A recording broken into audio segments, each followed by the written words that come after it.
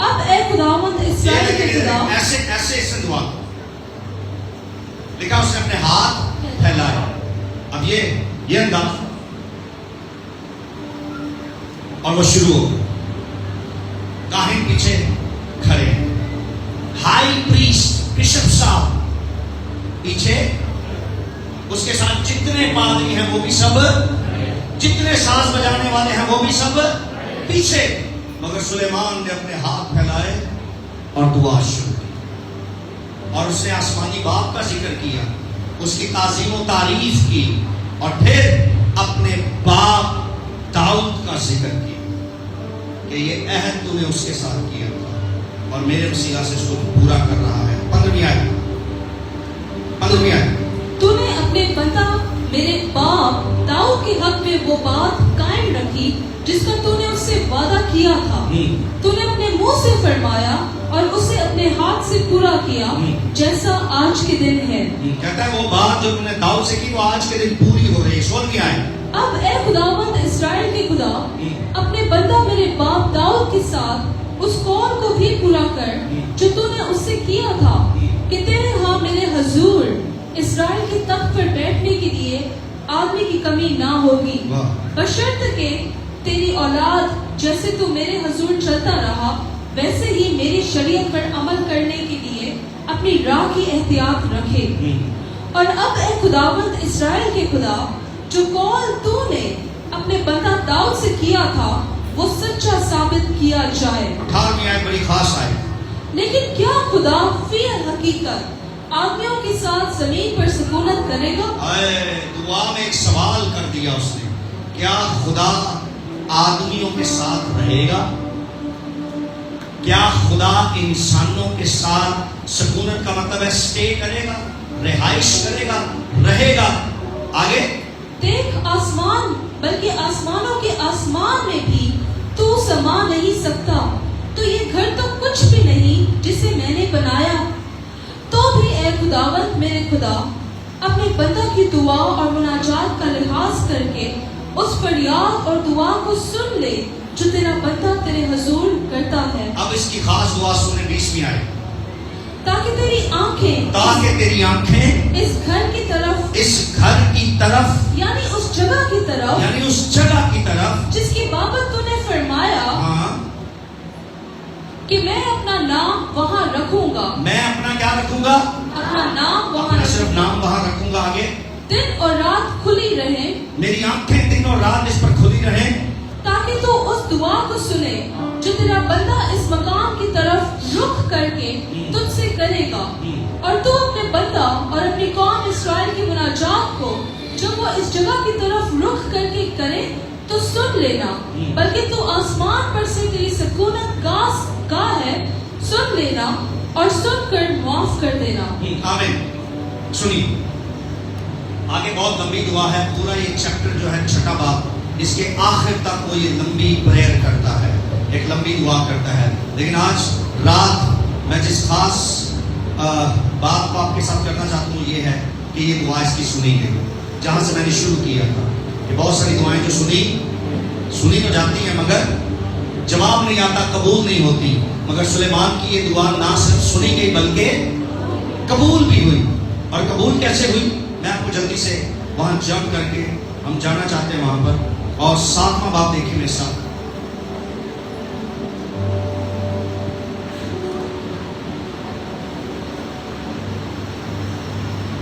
इसका जवाब कैसे आया? 7वें बाब की 11वीं आयत। यूं सुलेमान ने खुदावंद का घर और बादशाह का घर तमाम किया, और जो कुछ सुलेमान ने खुदावंद के घर में और अपने घर में बनाना चाहा उसने उसे बखूबी अंजाम तक पहुंचाया। जी। और खुदावंद रात को सुलेमान पर जाहिर हुआ। अब इसको जवाब मिल रहा है इसकी दुआओं का। रात के वक्त सुलेमान पर खुदा ख्वाब में जाहिर हुआ। आगे और उससे कहा, खुदा ने उससे कहा कि मैंने तेरी दुआ सुनी।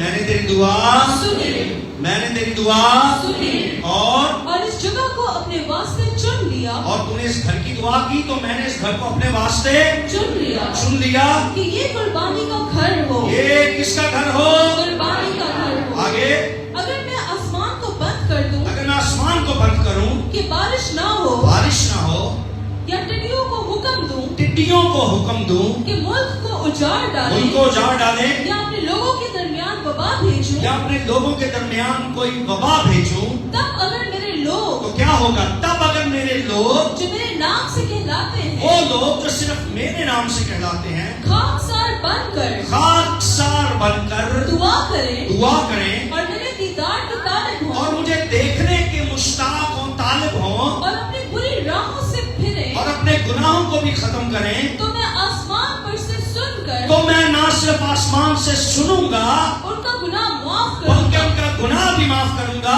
और उनके मुल्क को बहाल कर और दूंगा, उनके मुल्क को भी क्या करूंगा? बहाल कर दूंगा। ये वो दुआएं हैं जो सुनी जाएंगी, जो कैसे कैसे होंगी? खाकसार बनकर, गुनाहों से दूर रहकर और मुझे देखने के मुश्ताक हो, मेरे दीदार के तालिब हो। ऐसे शख्स की दुआएं सुनी जाती हैं और जवाब भी आते हैं। और 15वीं आयत खास आई। अब से जो दुआ इस जगह की जाएगी, अब सुनिए, ये सुलेमान ने मांगा था, ये सुलेमान ने दुआ में कि तेरी आंखें यहां लगी रहें, तो खुदा ने क्या कहा? अब से जो दुआ इस जगह की जाएगी, इस जगह की जाएगी, उस पर मेरी आंखें खुली मेरी आंखें खुली और मेरे कान लगे रहेंगे। ये सुलेमान ने मांगा तो खुदा ने उसको रिप्लाई किया, खुदा ने उसको जवाब दिया कि हाँ, मेरी आंखें भी लगी रहेंगी और मेरे कान भी लगे रहेंगे। आगे, क्योंकि मैंने इस घर को अब चुना और अब चुना मुकद्दस किया है, और इसको ना सिर्फ चुना बल्कि मुकद्दस किया मेरे है। अजीजों, मेरी बात सुने, मैं यहाँ 1 मिनट ठहरूंगा। कई चर्चेस में अमल इसलिए नहीं होता कि वो चुना हुआ जरूर होता है, बट मुकद्दस, खुदा ने कहा मैं चुनूंगा भी और उससे क्या करूंगा? और अपना नाम यहां सदा रखूंगा। चंद चर्चेस में अनॉइंटिंग इसलिए है, चंद लोगों में अनॉइंटिंग इसलिए नहीं है कि वो चुने हुए जरूर हैं मगर मुकद्दस नहीं। चंद खादमों में अनॉइंटिंग इसलिए नहीं है, चंद खादमों में पावर इसलिए नहीं है, वो चुने हुए जरूर हैं, चोजन जरूर हैं, मगर मुकद्दस नहीं किए गए और ना ही वो मुकद्दस होने की कोशिशें कर रहे हैं। जो 2 नंबरियां ने करी होंगे, जिधरों पैसा लभदा झूठ दा सच दा खिंची होंगे, ऐसा कि नहीं? मैं गुजरांवाला में था, मेरी बात सुनिएगा। गुजरांवाला में एक वलीमा था, मैं उस वलीमे में था, मुझे उस वलीमे में प्रीच करना था, कलाम सुनाना था, और वहां कई पासबान भी आए हुए थे क्योंकि वो किसी पास्टर का वलीमा था। तो उन्होंने मुझे कराची से बुलाया कि आपने इस वलीमे में कलाम सुनाना है। मैं उधर कलाम के लिए गया। जब इबादत हो गई, कलाम हो गया और उन खाने के मेज पर बैठे हुए थे और मेरे टेबल पर चंद एक पासबान बैठे हुए थे, पास्टर थे हम सारे। और वहाँ के एक पास्टर ने मुझे कहा कि सर, आपके कराची में एक पास्टर है, याद है आपको? मैंने बताया, मैंने कहा क्या नाम है? उसने नाम बताया, मैंने कहा हाँ हाँ मैं जानता हूँ। कहते कैसी खिदमत है उनकी? मैंने कहा पता नहीं भाई, पता से नहीं। मैंने कहा पता नहीं है। मैंने कहा क्या हुआ है? उसने अपना फोन निकाला और मैसेंजर की चैट उसने दिखाई। कहते यही बंदा है। मैंने कहा हाँ यही बंदा है, हमारे कराची का पास्टर है। क्या हुआ है? कहते हैं इसके कराची में 108 चर्च है। मैंने कहा 108 इसके चर्च है कराची में? कहता है बिल्कुल लिखे है, इन्हें गोरी नू लिखे है, गोरी नू कह रहे हैं मेरे कराची के कितने चर्च ने? 108। ते तू आ ते ओ 108 कलीसियावां इकट्ठियां होणगियां ग्राउंड च खलोण दी जगह ते तेरा एडा बड़ा क्रूसड कराऊंगा। मैं क्या पाली साहब क्रूसड है करा लेगा ते जगह भी पा लेगा, मगर कलीसियावां एरिया 108 नहीं। एरे को एक भी गिरजा है ही नहीं, क्योंकि ये गिरजे वाला पादरी है ही नहीं। कह रहा है बीबी मैनू पूछ रही है क्या बंदे का पता कर रहा, सच बोल रहा झूठ बोल रहा। मैं हाथ जोड़ के कहा मेरा नाम ले,